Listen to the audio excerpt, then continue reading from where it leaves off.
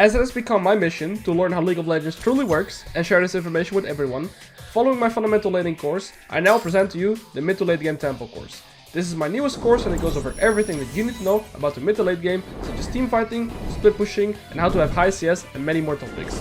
Having both the fundamental and the mid to late game tempo course will give you all the information that you need to perform the best at any stage of the game and reach your dream rank. This course will be 20% off for my whole country trip to Korea from late July to the end of August, only on my site at alois.com.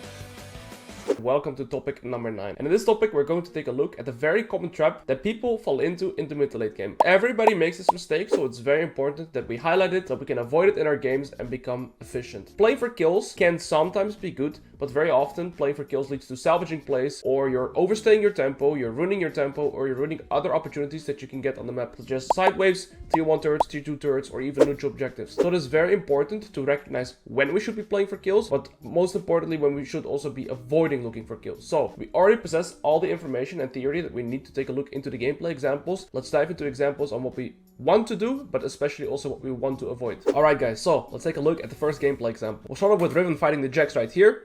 Okay, he ends up playing this mechanically very well, and he ends up flashing after the Jax with the Nimbus cloak. The Jax ends up flashing, it's not enough, and we get the kill. Beautiful. So, very nice, we get the wave to crash, and this wave will bounce back into us. Now, I want you to memorize one thing, okay?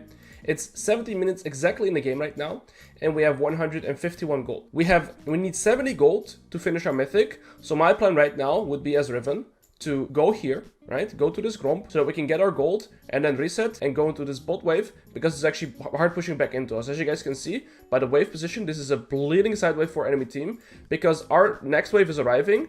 But you see his wave is much bigger, his next wave will arrive as well, so this wave is bouncing back into us, which is beautiful. We can utilize the 30 seconds of death time for the Jax to just run into the Gromp. We're not losing anything on bot wave anyways. This side wave will reset because Amumu and Cards are most likely going to push this, and then we can just go into bot. That is my plan right here. So I end up walking here, and now we should get the Gromp and reset. However, there's another skirmishing happening, and I don't like going for this play. In my opinion, the odds of this fight becoming a good fight is kind of low because we have no flash, we have no ult, we have no ignite, and we have a spike in base. So I do not like the odds of taking this fight. However, like I said, sometimes the fights will turn out well. And this is the example of where it can go well. We take this fight. Silas misses the Amumu ult, but it's okay. And we follow up with a beautiful hop. We kill the Katarina, we get a massive shutdown, which is amazing. Jax ends up TPing in. And now, to skip it forward a little bit, we're going to fight the Jax, and he's going to run away. And we're going to chase him a little bit, and we end up killing the Jax as well. So this is beautiful, right? Because now the fight that should not even be on our terms actually ended up going extremely well. So now we've sinned in our tempo, but it has still worked out well. So now my question is, what would you guys do in Riven's shoes? Pause the video, think for yourself. Alright, so the options there are is that we can go into this wave and push it out. However, it's completely futile because it's in a neutral position. And instead, we should recall, get our item spike, and go into bot. And then the amount of resources we can get into bot right now is insane, and I'll explain. Because Jax right now is dead for 35 seconds, right? So we can use 8 seconds of that tempo to go into here. And then it will be 27 seconds before this guy is back alive. And we're going to run into bot. We're going to collect this wave. There's 2 existing waves right here. We're going to collect wave number 3 right here. And we should be able to get this turret before the Jax is back. Now after we get the turret, we have tempo on bot wave. We can look for the scuttle. And then we can also look for the Gromp. So if we make our 1 reset right here and play our tempo because the Jax is dead without TP, we can get around 1.5k gold. That is gold, right? But you also have to factor in all the EXP, which is gold value as well. So I'd argue that maybe we can get a total value of 2k gold if we just recall right here, because we can get 2 waves, a 3rd wave, turret, scuttle that's respawning, and golems. And it's not sure that we'll get everything because Kata might run bot as well, but we will for sure get a lot of resources just by going bot right here. Of course, I am not the psychic, I can't know what will happen exactly, but we should be able to get a lot of resources right here. Instead, there was still a Karthus and a Pyke alive that were pretty low HP. So he goes for the kills right here. And again, I really dislike this, because there's such a big amount of resources that are able to be collected on bot right now. So he gets 400 gold, but he ends up getting caught by the Pyke Q, and now he ends up dying for 250 shutdown.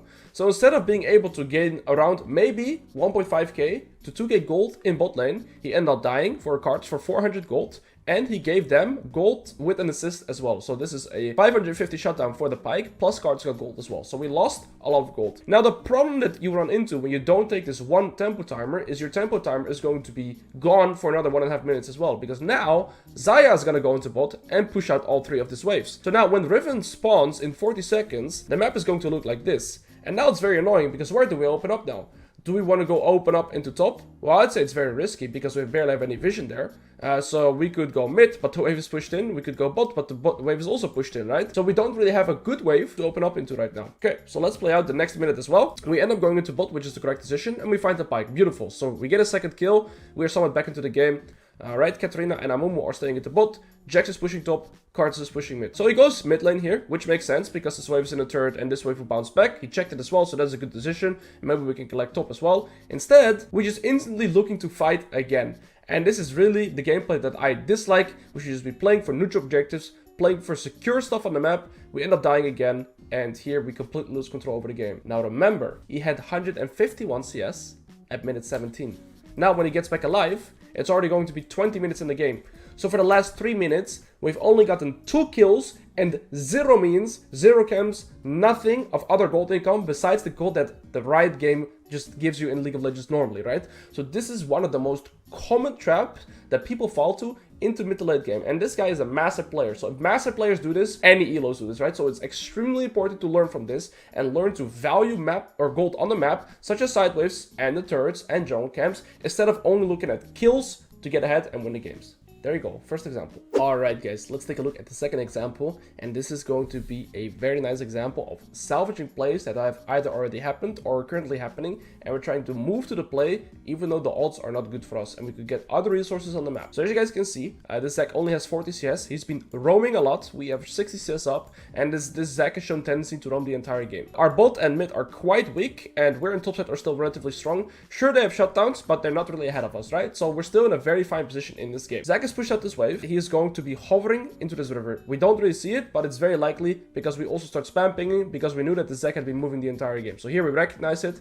and we start spam pinging the roam as well. We spam ping, right? We know that the Zac is missing. We're gonna hard push this next wave, which is the correct decision. And now we see that Zed is moving into bot river. We see Zac is mid.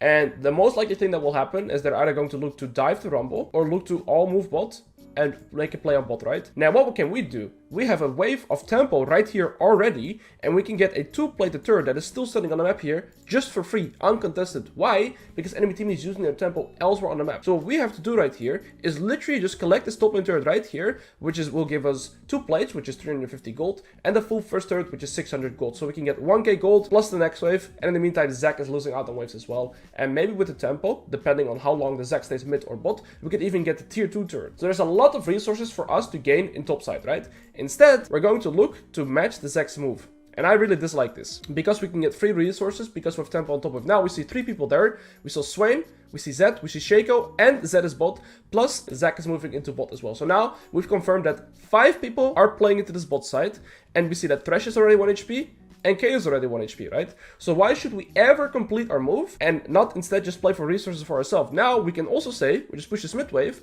and we play for this mid tier 1 plates, right? Because the odds of this play going well in bot lane are relatively low because we're salvaging a play that has already happened. We're behind in tempo to the play in bot side, but we can utilize the fact that enemy team is using their tempo into bot side to gain resources for ourselves. And again, if we move bot here, we're only playing for kills instead of playing for the neutral gold that is on the map, such as turret, waves, plates, all that stuff, right? So here, we're going to be completing our move into bot, but it's already looking very bad, although the fact that we don't really know what the cooldowns are, besides that we know that Shaco does not have ult. Okay, so we move into bot. Right. So, okay, we barely missed the kill on Zed, but Shaco ends up overstaying and greeting for the Thresh. So we get his shutdown, that's very nice. We get 600 gold, so that's somewhat of a price. And here the Zed sadly ends up escaping. Now we could also argue, maybe we could play this a little bit better mechanically. Sure, but then we're also talking in hindsight. Because now we're trying to optimize a bad play, and instead we should have just stayed top and taken all those waves and taken the full turret. And now we end up being bot, and it wasn't even a good kill trade. They've gotten 3 kills, the cards has just respawned, right? And we killed only 2 of them. So in terms of kill trade, it's bad for us, and we only got 600 gold, although we could have gotten a lot more on top. With this tempo on how long the Zek is bought, we for sure could have gotten the tier 2 turret as well, and in the end we sadly end up dying too, and now I'd argue that this game is completely over, out of our hands, and this is a prime example of salvaging plays instead of playing for our own resources on the map, and as you guys can see, very often this leads into a bad situation and you lose the grip and control over the game. There you go, prime example. Alright guys, welcome to the third example, and this was a live game played with a student of mine in gold. So let's take a look at the plays that are currently happening on the map. Nocturne is dead, Kaisa is recalling, and 3 of our teammates are pressuring mid with a Herald. So we have pressure in one wave with 3 of our teammates. There you go, the Rift Herald has been spawned, and we count Blitzcrank, Kale, Victor, and Samira. So all 5 people in enemy team are accounted for. 4 right here, and the Nocturne is dead. So that means right now that we have massive tempo on the bot wave. Why? Because our teammates are pressuring right here and enemy teammates are defending. And as we learned in last session, whenever we can get tempo by our teammates pressuring in one lane, we can utilize the split push pressure on the other lane, right? So that's what we're doing right here. We're split pushing and we go to the second wave on the side lane. And now you can see that enemy team is actually overstepping and a skirmish starts unfolding, right? So here you can see a skirmish happening on the map. And look at what my student basically does instinctively. Without even moving his camera once, without even looking, look, he clicks right here and he wants to complete his move towards the mid play. First of all, I see Ahri has no ult, Kaisa is in base, Lux has no ult. So what are the odds of this skirmish being good or decent for us? I would say pretty small, right? Because before we arrive, it could already be that 2 of our teammates are dead. And then it's a 4v2 scenario, we lose the pressure and tempo into the bot wave, and instead we're there basically caught, and what do? We maybe die as well, right? So here the odds of moving are relatively low, in the sense that it's going to turn out in a good play. Instead, I scream to my student right here, no, no, no, we don't move, we play for the turret. So here you see wobbling a bit, and we play for the turret. Now, our teammates actually end up getting hooked, so Lux ends up getting one shot, but the Lux is the only one that ended up dying. Now, I will argue, sometimes these moves, of course,